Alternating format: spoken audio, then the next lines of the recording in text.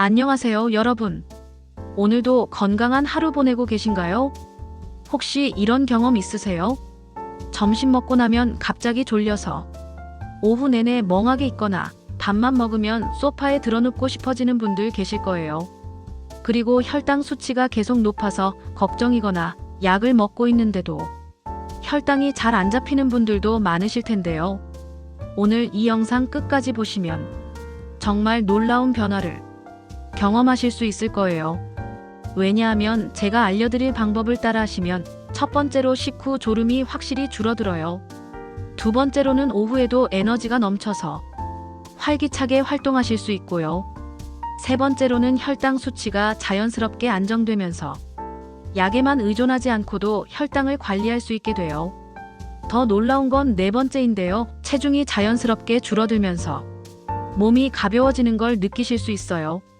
다섯 번째로는 밤에 푹 자고 아침에 개운하게 일어나실 수 있고, 여섯 번째로는 피부까지 좋아지는 보너스까지 있거든요.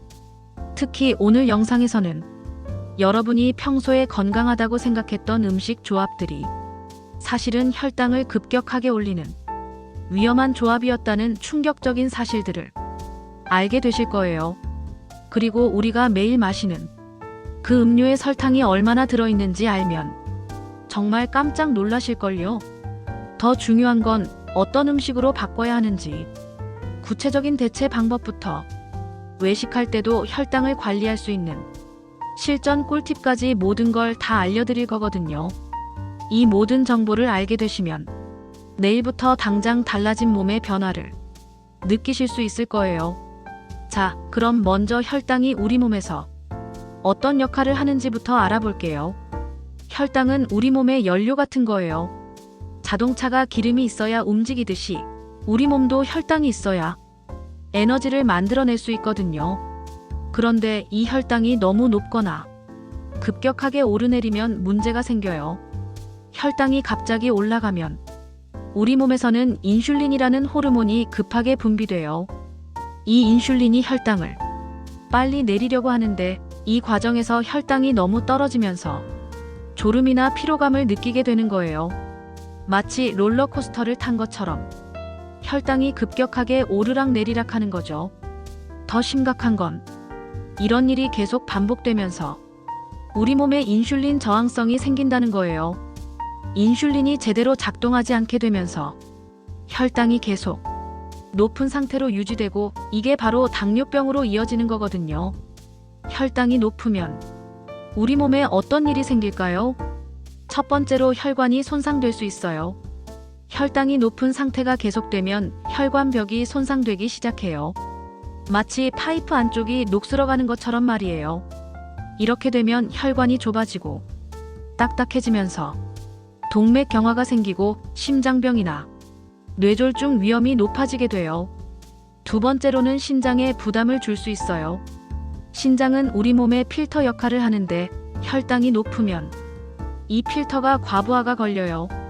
처음엔 단백뇨가 나오기 시작하고 점점 신장 기능이 떨어지면서 심각한 경우에는 투석까지 해야 할 수도 있어요. 세 번째로는 시력에도 영향을 줄 수 있어요. 높은 혈당은 눈의 망막 혈관을 손상시켜서 당뇨 망막병증을 일으킬 수 있거든요. 처음엔 시야가 흐려지기 시작하다가 심한 경우에는 실명까지 이어질 수 있어요. 그 외에도 상처가 잘 아물지 않거나 감염에 취약해지거나 신경 손상으로 인한 저림 증상 등 정말 다양한 합병증이 생길 수 있어요.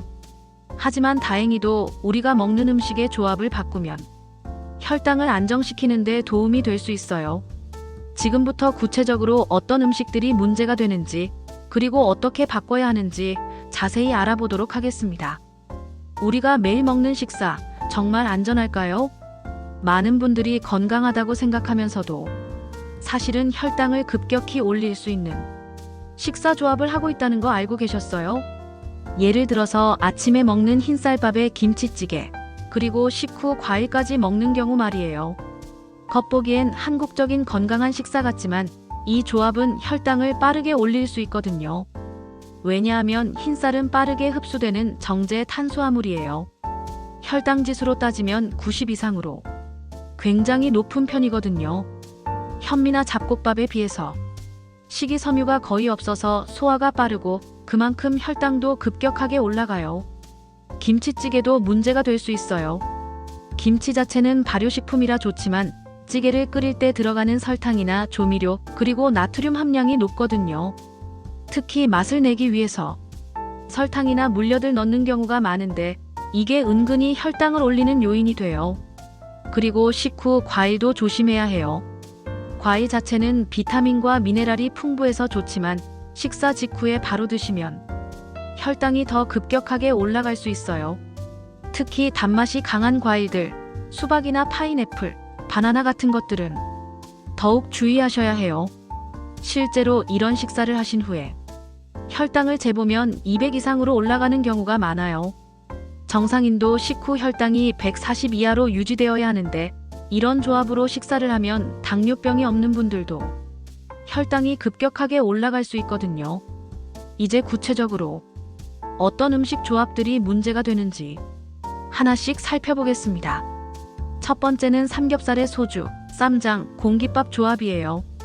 한국 사람들이 정말 좋아하는 조합이죠. 회식이나 모임 때 빠지지 않는 메뉴인데 혈당 관리 측면에서는 좀 위험할 수 있어요. 삼겹살 자체는 단백질과 지방이 주성분이라 혈당을 급격하게 올리지는 않아요.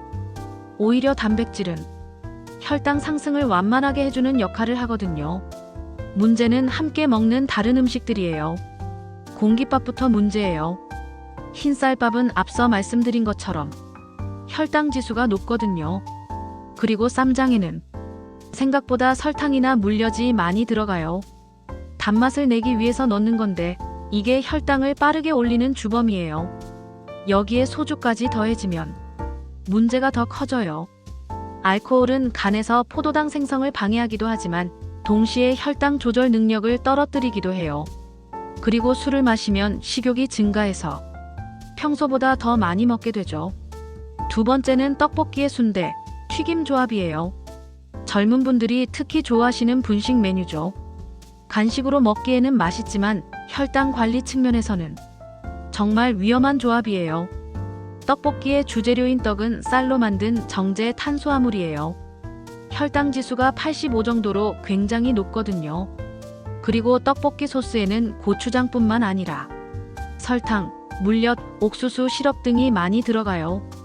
단맛과 감칠맛을 내기 위해서 넣는 건데 이게 혈당을 급격하게 올리는 주요 원인이에요. 순대도 마찬가지예요. 순대 속에는 당면이 들어가는데 이것도 정제 탄수화물이거든요. 그리고 만들 때 설탕이나 조미료를 넣어서 단맛을 내는 경우가 많아요. 튀김은 어떨까요? 밀가루로 만든 반죽에 기름으로 튀긴 음식이에요. 밀가루 자체도 정제 탄수화물이고 기름에 튀기면 칼로리가 높아져서 체중 증가의 원인이 될 수 있어요. 체중이 늘어나면 인슐린 저항성이 증가해서 혈당 관리가 더 어려워지거든요. 실제로 떡볶이 한 접시만 먹어도 혈당이 200 이상으로 올라가는 경우가 많아요. 여기에 순대와 튀김까지 더하면 혈당이 얼마나 올라갈지 상상이 되시죠? 세 번째는 김밥에 라면 조합이에요. 편의점에서 쉽게 사 먹을 수 있는 조합이라 많은 분들이 드시는데 이것도 혈당 관리에는 좋지 않아요. 김밥의 주재료는 흰쌀밥이에요. 여기에 단무지, 계란, 햄 등이 들어가는데 단무지는 설탕에 절인 거라 당분이 높고 햄도 가공육이라 나트륨과 첨가당이 많이 들어가 있어요. 라면은 더 문제예요. 면 자체가 밀가루로 만든 정제 탄수화물이고 라면 수프에는 숨어있는 당분이 정말 많거든요. MSG나 각종 조미료뿐만 아니라 감칠맛을 내기 위해서 설탕이나 포도당도 들어가요. 이 두 가지를 함께 먹으면 탄수화물 과다 섭취가 되면서 혈당이 급격하게 상승해요. 게다가 나트륨 섭취량도 하루 권장량을 훨씬 초과하게 되죠. 이제 건강해 보이지만 실제로는 혈당에 좋지 않은 조합들도 살펴보겠습니다. 견과류의 요거트 조합이 첫 번째예요. 견과류는 좋은 지방과 단백질, 식이섬유가 풍부해서 혈당 관리에 도움이 되는 음식이에요. 요거트도 프로바이오틱스가 들어있어서 장 건강에 좋고요. 문제는 시중에 파는 요거트 중에 당분이 많이 들어간 제품들이에요. 딸기 맛, 바나나 맛, 블루베리 맛. 이런 요거트들은 맛을 내기 위해서 설탕이나 과당이 많이 들어가거든요. 여기에 말린 과일까지 더하면 당분 함량이 엄청나게 높아져요. 말린 과일은 수분이 제거되면서 당분이 농축된 상태예요. 생과일에 비해서 같은 양을 먹어도 훨씬 많은 당분을 섭취하게 되는 거죠. 건포도나 건크랜베리 같은 것들은 설탕까지 추가로 입혀서 만드는 경우가 많아서 더욱 주의해야 해요. 그래놀라의 우유 조합도 주의하셔야 해요. 그래놀라는 건강식품으로 인식되는 경우가 많은데 실제로는 당분이 굉장히 많이 들어간 음식이에요.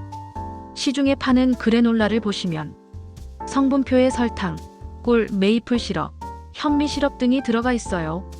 견과류와 오트밀을 바삭하게 만들고 단맛을 내기 위해서 넣는 건데 이게 생각보다 양이 많거든요. 한 컵의 그래놀라에는 설탕이 15g에서 20g 정도 들어가 있어요. 이는 하루 권장당 섭취량의 절반 이상에 해당하는 양이에요. 여기에 우유까지 더하면 유당으로 인한 당분까지 추가되는 거죠. 과일 주스의 샐러드 조합도 조심해야 해요. 샐러드는 채소가 주재료라 건강한 음식이고 과일 주스도 과일로 만든 거니까 건강할 것 같지만 실제로는 그렇지 않을 수 있어요. 과일 주스의 가장 큰 문제는 식이섬유가 제거된다는 거예요. 과일을 그대로 먹으면 식이섬유가 당분의 흡수를 늦춰주는데 주스로 만들면 이 식이섬유가 대부분 제거돼요. 그래서 당분만 농축된 상태로 우리 몸에 들어가게 되는 거죠. 예를 들어서 오렌지 한 개를 그대로 먹는 것과 오렌지 주스 한 잔을 마시는 것은 완전히 달라요. 오렌지 주스 한 잔을 만들려면 오렌지 3개에서 4개가 필요한데 과일을 그대로 3개에서 4개 먹기는 어렵잖아요.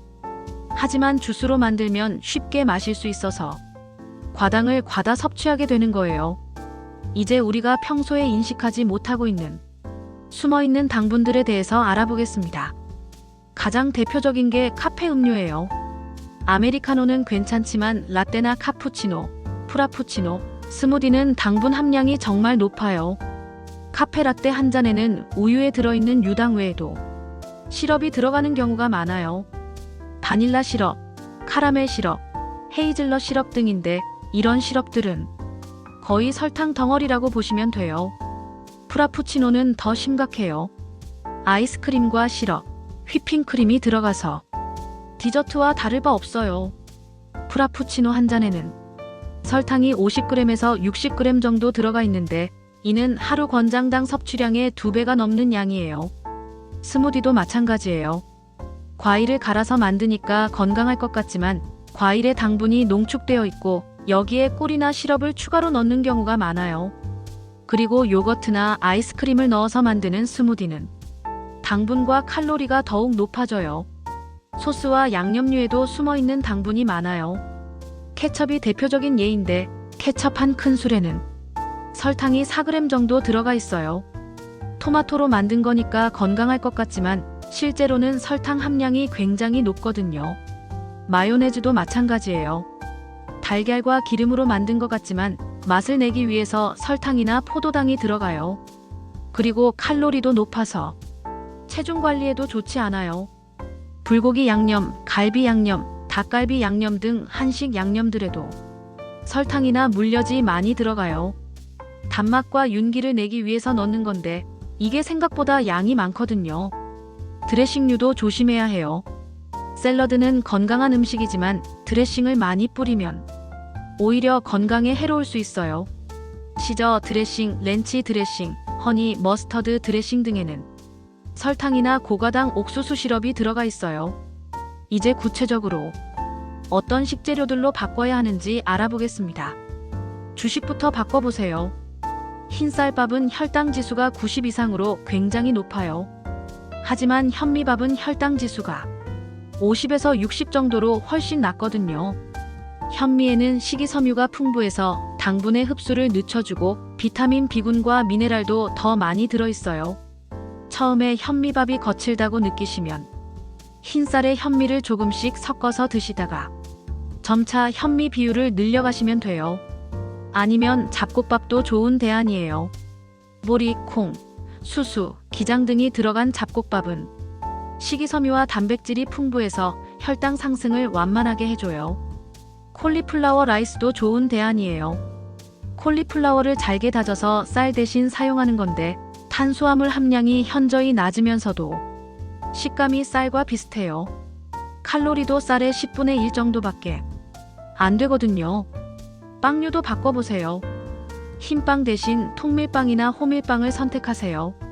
통밀빵은 밀기울이 포함되어 있어서 식이섬유가 풍부하고 혈당 지수도 흰빵의 절반 정도예요.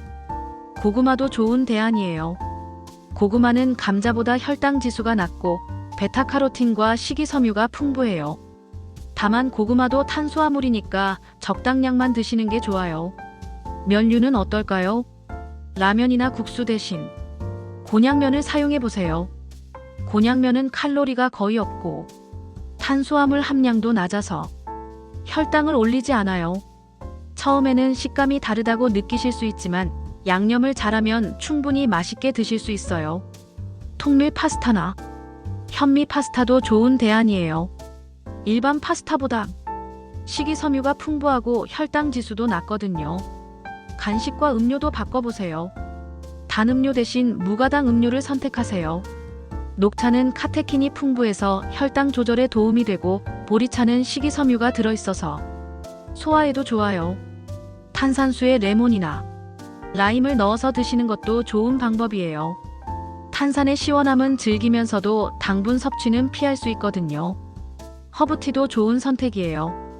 페퍼민트, 캐모마일, 루이보스 등은 카페인도 없고 당분도 없어서 언제든지 드실 수 있어요. 간식은 과자 대신 견과류로 바꿔보세요.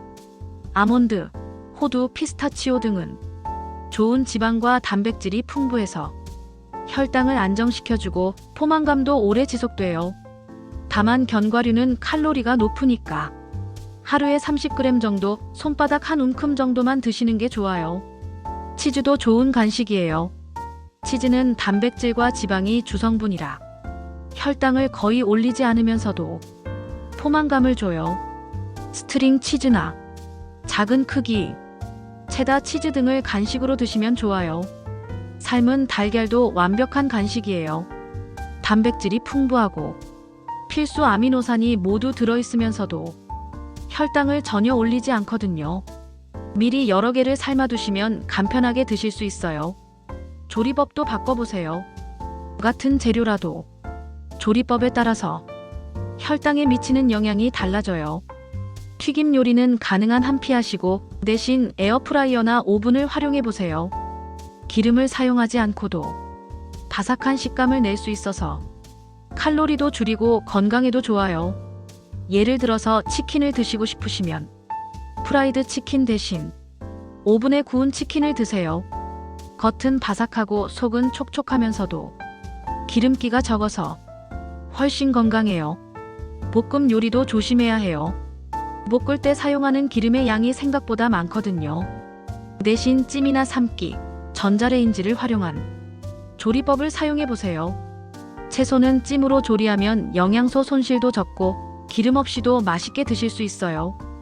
브로콜리, 당근, 양배추 등을 찜기에 넣고 오븐에서 10분 정도 쪄서 드시면 식감도 좋고 영양가도 높아요. 전자레인지도 건강한 조리법 중 하나예요. 물을 조금 넣고 전자레인지에 2분에서 3분 정도 돌리면 간편하게 채소를 익힐 수 있어요. 양념도 바꿔보세요. 설탕 대신 천연 조미료를 사용하는 거예요.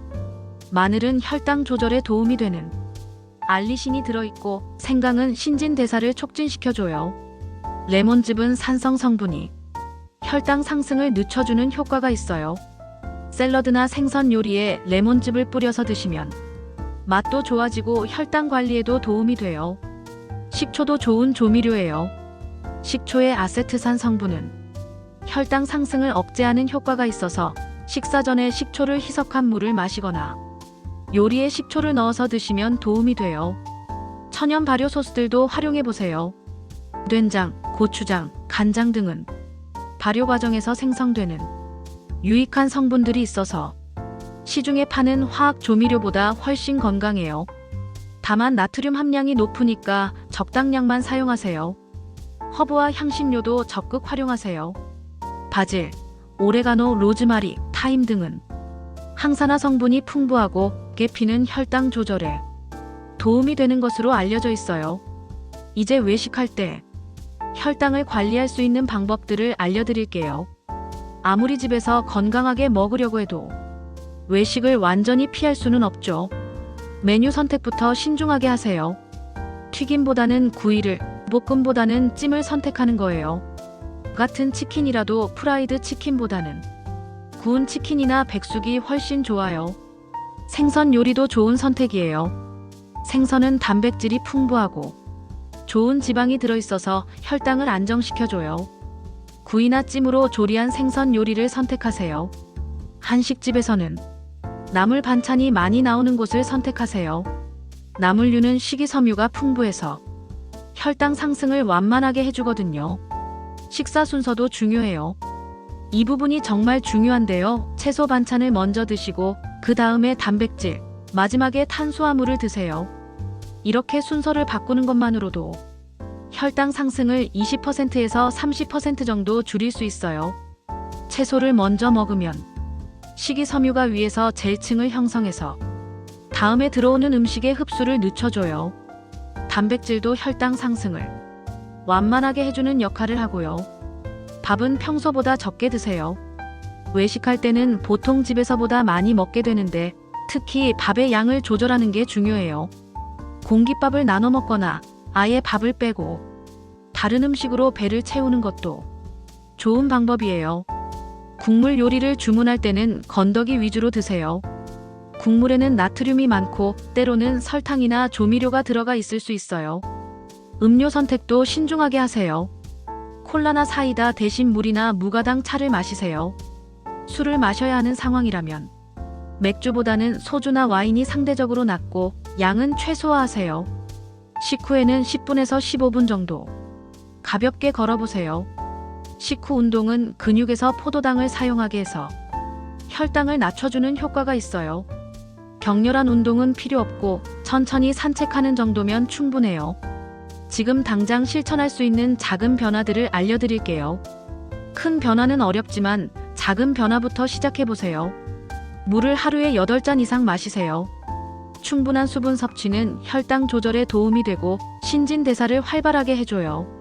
식사 30분 전에 물 한 잔을 마시면 포만감도 느껴서 과식을 방지할 수 있어요. 간식을 바꿔보세요. 과자나 빵 대신 견과류나 치즈, 삶은 달걀로 바꾸는 거예요. 처음에는 맛이 밋밋하다고 느끼실 수 있지만 2주에서 3주 정도 지나면 적응이 돼요. 흰쌀밥에 잡곡을 조금씩 섞어보세요. 처음에는 10% 정도부터 시작해서 점차 비율을 늘려가면 거부감 없이 바꿀 수 있어요. 카페에서 음료를 주문할 때 시럽을 빼달라고 요청하세요. 아니면 아예 아메리카노나 무가당 차로 바꿔보세요. 처음에는 쓰다고 느끼실 수 있지만 며칠 지나면 커피 본연의 맛을 즐길 수 있게 돼요. 식사할 때 천천히 씹어서 드세요. 빨리 먹으면 혈당이 급격하게 올라가고 포만감을 느끼기 전에 과식하게 돼요. 한 입에 20번에서 30번 정도 씹어서 드시면 소화도 잘 되고 혈당 관리에도 도움이 돼요. 식사 시간을 규칙적으로 지키세요. 불규칙한 식사는 혈당을 불안정하게 만들어요.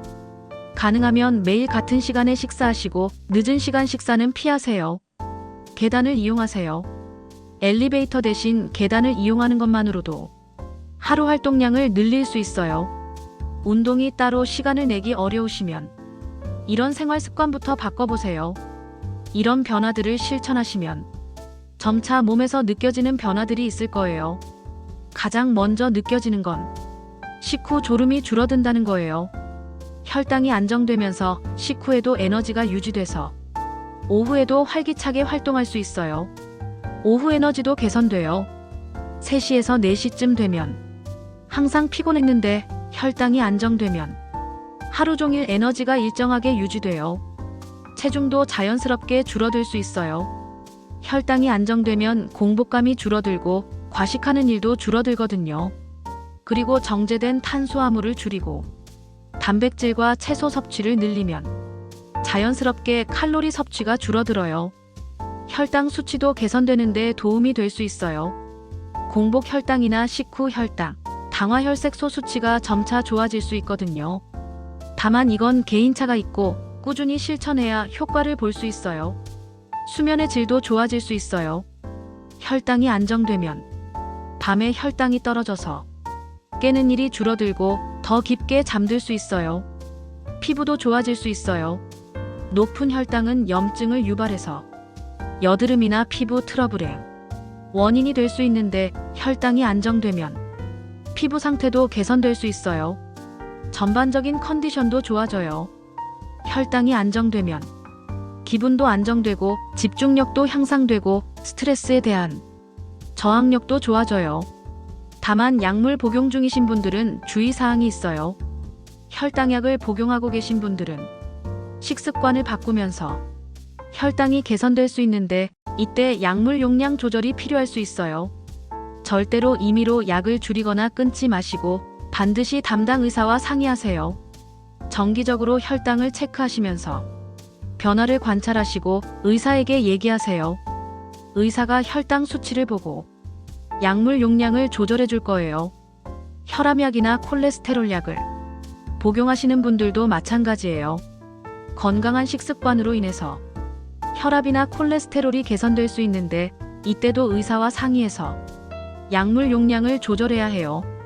그리고 너무 급격하게 식습관을 바꾸지 마세요. 갑자기 모든 걸 바꾸면 오히려 스트레스가 되고 지속하기 어려워져요. 한 번에 하나씩 천천히 바꿔가세요. 개인차도 고려하세요. 같은 음식을 먹어도 혈당 반응은 사람마다 다를 수 있어요. 본인의 몸에 맞는 음식들을 찾아가는 과정이 필요해요. 건강한 식습관은 하루아침에 만들어지지 않아요. 몇십 년간 형성된 습관을 바꾸는 건 쉽지 않은 일이거든요. 하지만 포기하지 마시고 꾸준히 노력하시면 분명히 변화를 느끼실 수 있을 거예요. 완벽하게 하려고 하지 마세요. 가끔 치킨이나 피자를 먹는다고 해서 세상이 무너지는 건 아니에요. 80%만 잘 지켜도 충분히 효과를 볼 수 있거든요. 가족들과 함께 실천해 보세요. 혼자 하기보다는 가족들과 함께 건강한 식습관을 만들어가면 더 쉽고 재미있게 할 수 있어요. 작은 성공을 축하하세요. 물 8잔 마시기를 일주일 동안 했다거나 간식을 견과류로 바꿔서 한 달을 지켰다거나 이런 작은 성공들을 인정하고 격려해 주세요. 정보도 계속 업데이트하세요. 영양학은 계속 발전하고 있고 새로운 연구 결과들이 나오고 있어요. 신뢰할 만한 정보를 찾아서 본인의 식습관을 개선해 나가세요. 무엇보다 즐기면서 하세요. 건강한 음식도 맛있게 조리하면 충분히 맛있거든요. 새로운 레시피를 시도해보고 다양한 식재료를 활용해보면서 건강한 식습관을 즐거운 일로 만들어보세요. 여러분의 건강한 변화를 응원합니다. 오늘부터 하나씩만 바꿔보기 시작하세요. 작은 변화가 모여서 여러분의 혈당과 건강, 그리고 삶의 질 개선에 큰 도움이 될 거예요. 혹시 궁금한 점이 있으시거나 더 자세한 정보가 필요하시면 댓글로 남겨주세요. 다음에도 더 유용한 건강 정보로 찾아뵙겠습니다. 오늘 내용이 도움이 되셨다면 좋아요와 구독으로 먹건팁 채널을 응원해주세요. 여러분 모두 건강하고 활기찬 하루 보내세요. 감사합니다.